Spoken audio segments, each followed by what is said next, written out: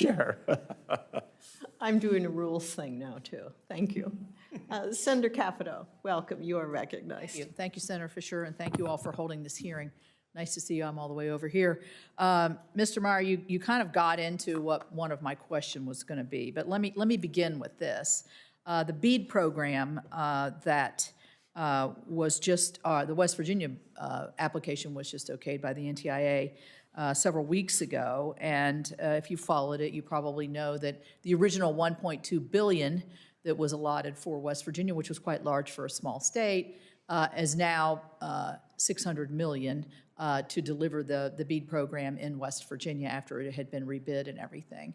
I guess, in my opinion, where do you think, and I think you already mentioned this, but if we could flesh it out a little bit more, with those extra dollars that are allotted for broadband, it seems to me that cybersecurity and other areas, you mentioned workforce, training, where would you see, I'd like to keep those dollars captured for the deployment and the safety of broadband, particularly the rural broadband.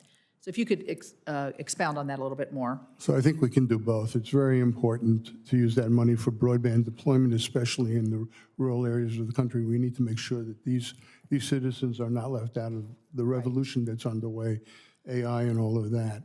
I think there's a general understanding that the nature of the threat environment right now is different. It's becoming much more urgent that we have resources available to support that community. So I think what we're talking about is targeted funding with full accountability in areas that these companies can, and they know, you know, we need this system, or we can use this mechanism, or we need these professionals to support. Have them being able to access those funds for purposes of increasing their cybersecurity, protecting their customers, protecting their networks, that's how we view it.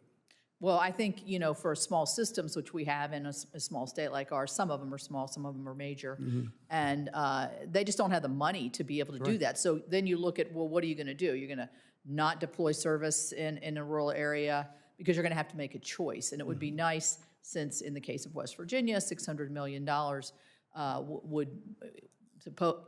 is not going to be spent where it was initially intended to, would be, I think, a source of funds. I would like to see some more of those funds still deployed, because there's still going to be people that are left out even after the BEAD program.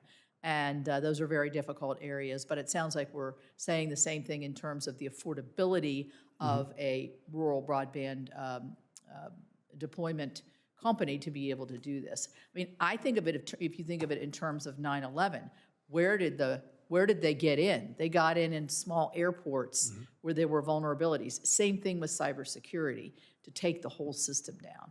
Which brings me to another issue. There's a lot of talk about data centers and the deployment of data centers and how critical they are in the race for AI, and critical for us to be able to take advantage of the great technologies that we have. But those are new vulnerabilities, I believe, that are going to be presented. I was thinking about the undersea cables and other things. Is this something that you all, should we be designating data centers as critical infrastructure so that it can be part of how CISA and others look at our critical infrastructure? I don't know if you have any thoughts on that. I'll take that. I think to a large extent, data center infrastructure is already reflected in some of the critical infrastructure, whether that's critical manufacturing, the IT sector, the communications sector. It's in there. It's something that we take very seriously, frankly, because we're seeing evidence now that the data centers are targets. We saw this week or 2 weeks ago a situation where a cooling device in a data center resulted in a massive disruption. One cooling device affecting major e-commerce platforms and social media platforms across the globe. So there's an element of systemic risk that's built into a highly complicated, distributed network ecosystem. And I think that understanding that we're talking about attacks that are everywhere all the time, I like to talk about the fact that they're 22,300 feet in the sky, they're 4 miles underneath the surface of the sea, and everything in between. That's the attack vector. And for us as network service providers, we're very concerned about the ability to infiltrate edge devices that don't have the appropriate security built in. They want to go to market quickly.